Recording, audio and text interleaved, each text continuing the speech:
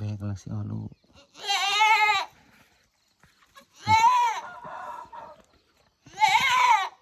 ถ้าอยู่ทางเหินดิเบิ่งขั้นตอนการเอาลูกของมันฮะใกล้แล้วใกล้แล้วใกล้แล้วเห็น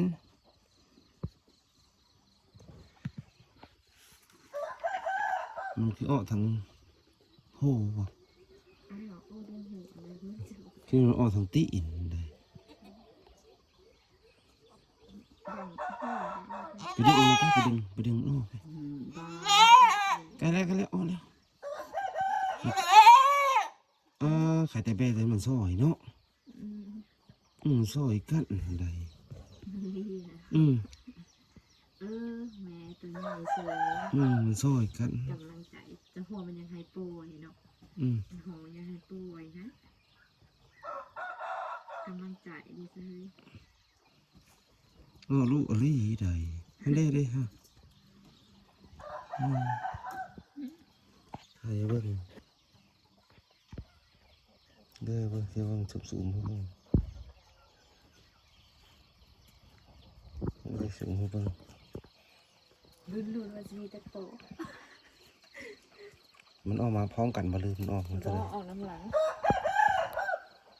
โอ้ยยังมี2ตัวเด้อ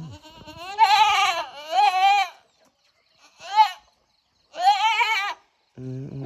อาเลยมันเบ่งเอาแล้วนะเอาไปเสร็จมันได้เอาลูกแบบนี้นะแพะเอาลูกแพะเกิดลูกยืดใจยืดขาอันนี้เอาแล้วเห็นตายป่ะน่ะตีนมาเอาตีนออกก่อนได้อันนี้ฮะ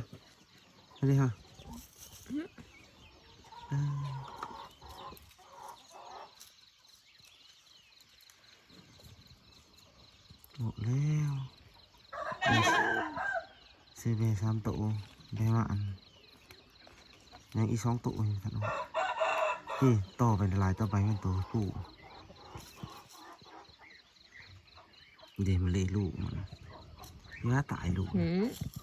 ติดเล็กๆน้ำมันนั้นดิขาบมันยังบ่เห็นสีหอยสีขาว